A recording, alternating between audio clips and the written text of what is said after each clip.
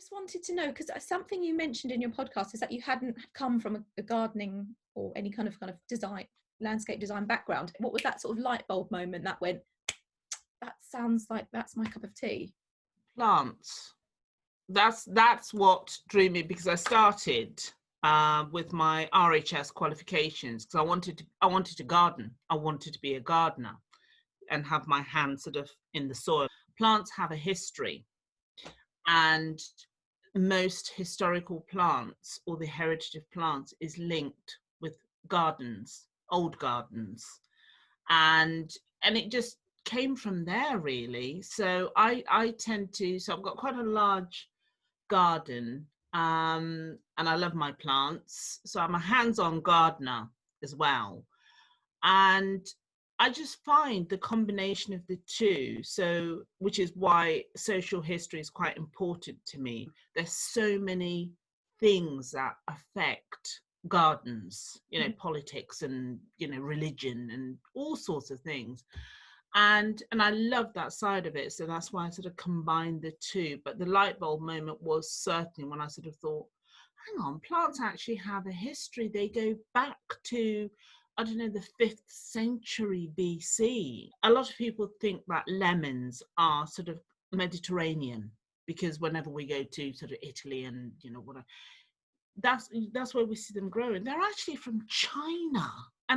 And so when you start hearing things like that, you just think, well, what else is sort of, do we just assume?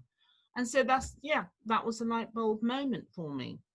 That's wonderful. I mean, it's often, there are so many different types of plants and fruits that we have that we think are so sort of typically English in an English country garden, and they're so foreign to being, sort of typically English, although they're sort of, we're so accustomed to believing they're part of that scenery.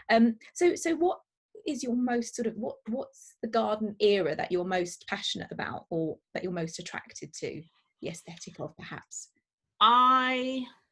Italian Renaissance is one of my passions. I love Italian gardens of the Renaissance, because you can pretty much sort of go back to that time. If you look at any period in garden history, you can actually trace it back to sort of Italian, Greek, it's just so old, but it's just repeated. It's just constantly repeated. Every generation thinks that they have invented whatever it is, whether they're inventing sex, inventing whatever. It's been going on for a millennium. And it's the same with garden history. Formality comes in, formality goes out. Topiary comes in, topiary goes out.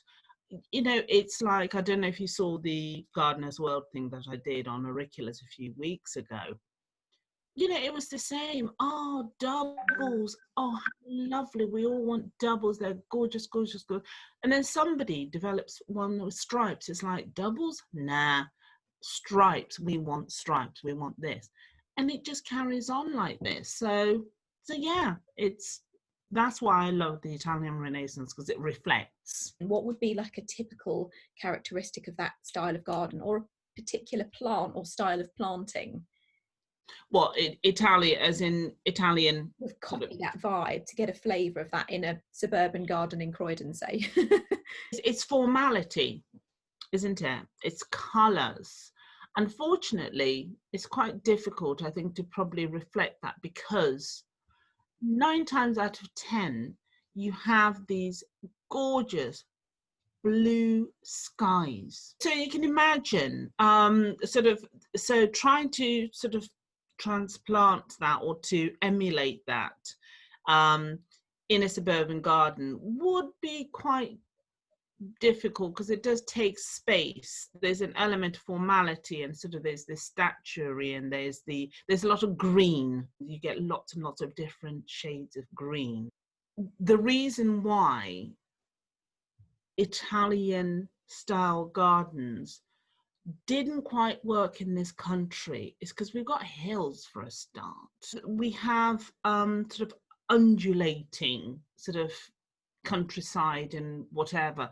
So when you try and bring over what they were doing, it didn't quite work out. So we developed our own type of. So the thing is, what you do is that you don't try and copy, you take elements of what you like. And I think this is what happens when people travel.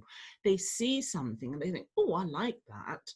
Yeah, okay, you can't create an avenue at home, but you know, you can get a couple of dwarf, you know, cypresses or whatever, and you can put them in there. So you're taking little elements and sort of reducing the size of them to fit whatever size you have.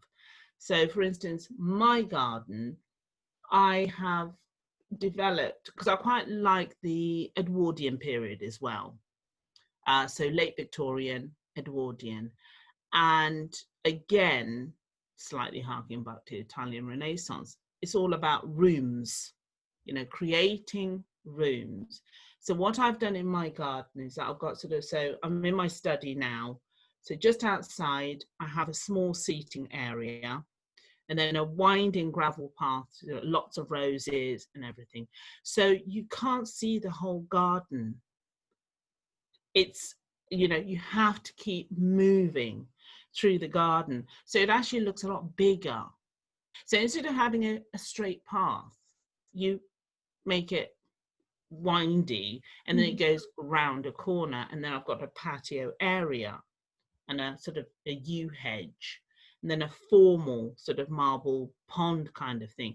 And then you have to go round the hedge to see so all the time you're moving through the garden, and it feels as if like, oh, wow, but I know that if I stand in my kitchen, I can, you know, you can sort of see. Yeah, you see how it's a sort of rectangle. So you're sort of obscuring parts of the garden with planting. So each kind of new area is like a surprise, and you've got little secret cubby holes. That sounds lovely. So so in a way, you know, a garden is another room of your house, isn't it, really? It's all about views. It's all about what you see. So you can see through there, but you've got a big shrub that's sort of stopping you seeing that side. But if you go round it, you sort of have a different view. So yeah, it's about very much curating your view in a way to give you different aspects to look at, no matter sort of how big your garden is, really, just to sort of give you different focal points.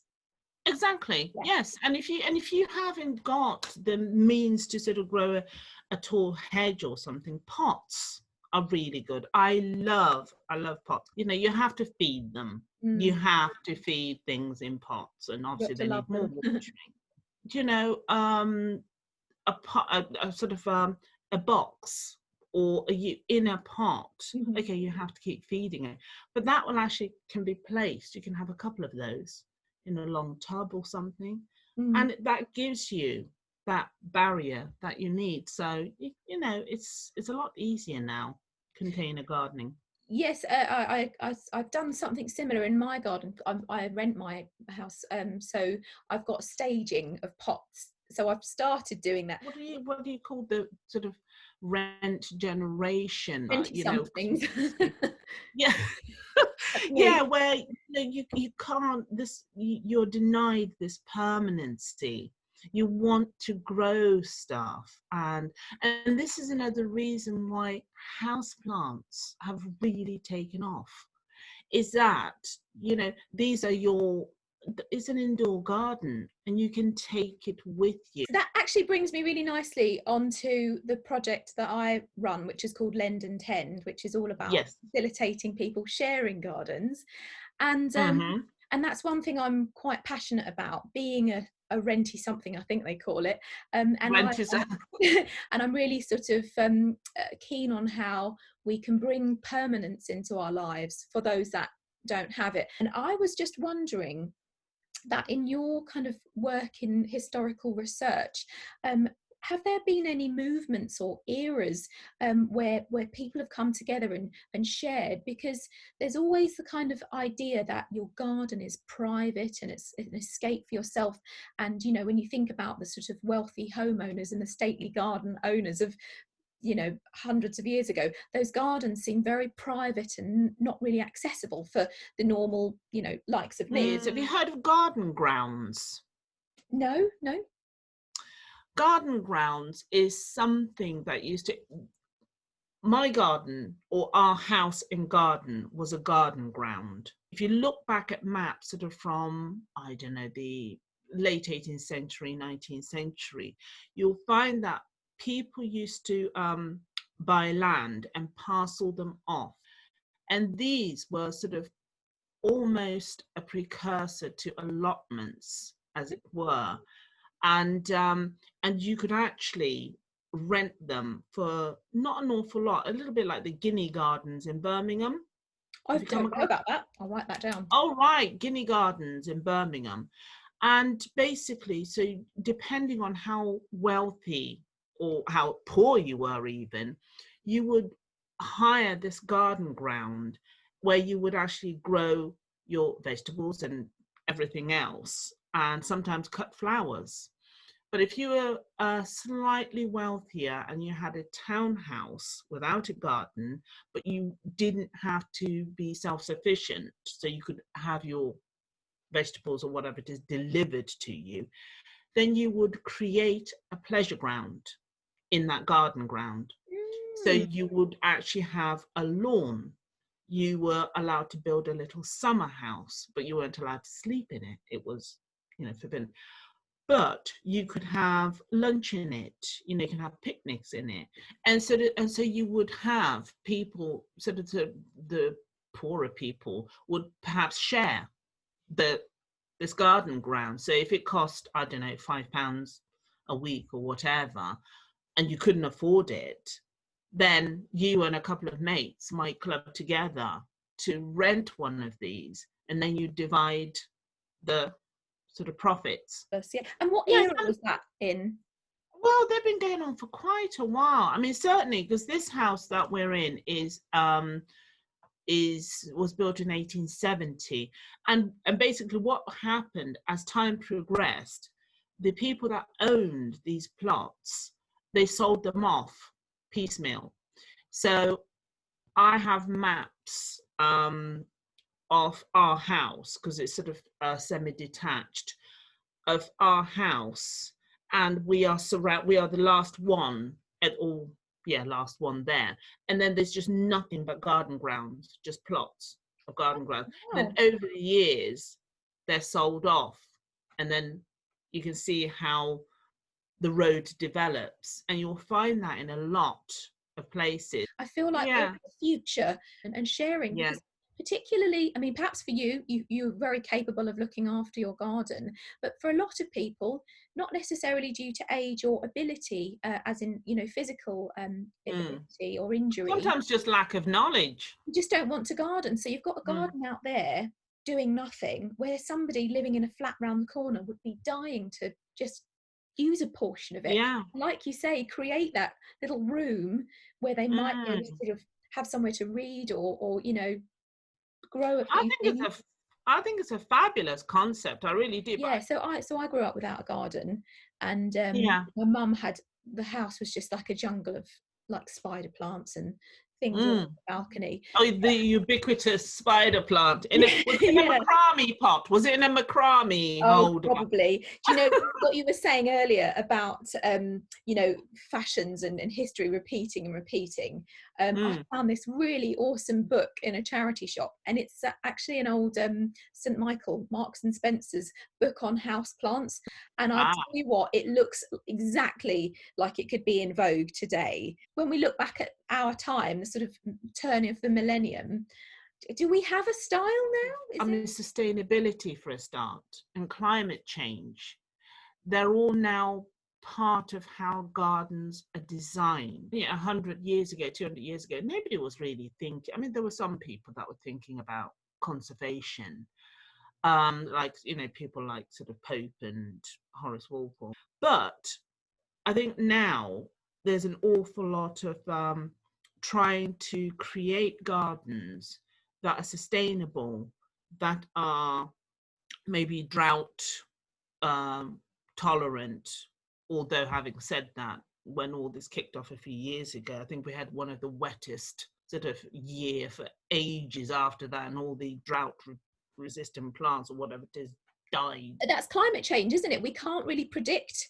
We don't really have something Exactly. like traditionally known about, because things are constantly evolving, and perhaps that's something that we might have to think about is you know, gardens that are very adaptable, and Yes. gardens that perhaps need less time spent on them because they are going to change. You know, if you have to look after, I mean, like it's the National Trust, poor people. I mean, because I run garden history courses for them, and they've furloughed probably about 80% of their staff. And then you think of those gardens and the watering that is involved. So you've got less people because of this whole lockdown thing, and you've got this extreme, and it is extreme weather. We had more water than we knew what to do with a couple of months ago, with all the flooding and everything else. And then you've got nothing. You've got absolutely nothing. So I think a lot of the gardens now are certainly looking at how to sort of conserve water. I mean, actually, you know, water butts go through the roof. You can't find one for love nor money, you know. And so I think in answer, or trying to answer your question, is that I think the gardens of now are being guided by climate change, the whole how do we garden. But I tell you one thing that might be of interest is Alexander Pope consult the genius of the place, genus loci, and basically what he was saying, this was in 17, you know, you look at what you've got and you work with what you've got to bring out the best in it. So you adapt it to what will sort of fit in your sort of, you consult, you know, the genius of the place. And I was really fascinated to hear about your study. Is it Thomas Birch? Thomas Birch Freeman. Oh yes, who you're researching. And I thought, oh god, that sounds really fun as well. Finding these characters in history and you know, delving. And the thing is, Joyce, there are hundreds and thousands of these people that are just lurking, waiting to be discovered, just a name. And then you sort of Google a little bit and you think, well, there's not a lot about it there. But the archives are there. The information's out there. The books are out there that have been written, not necessarily about them, but they appear. They sort of pop up every now and again. But thank you. It's been so cool, so informative, and lovely meeting you. And it'd be lovely to stay in touch. And I look forward to Absolutely. Absolutely. And I think you've got a pretty good thing going. Thank you very much. All right. Well, have a fantastic day. May the genius be with you for your writing and recording.